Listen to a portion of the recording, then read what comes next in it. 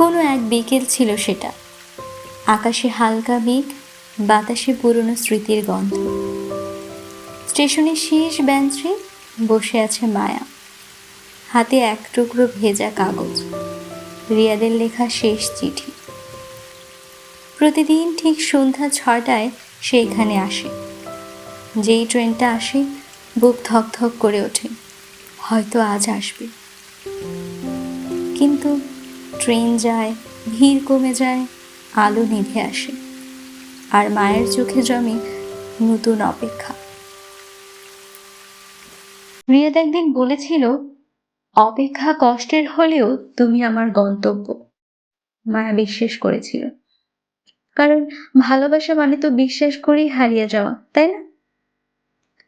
3 বছর কেটে গেছে, বৃষ্টি এখনো নামে, ট্রেন এখনো আসে, কিন্তু রিয়াদ আর ফেরে না। আজও মায়া বসে থাকে সেই পুরনো বেঞ্চে, চিঠিটা হাতে নিয়ে ফিস ফিস করে। অপেক্ষা শেষ হয় না, শুধু সময় থেমে যায়। আর স্টেশনের বাতাসে ভেসে থাকে শুধু একটা প্রশ্ন, ভালোবাসা কি সত্যিই ফিরে, নাকি কেবল ফিরে আসে তার ছায়া?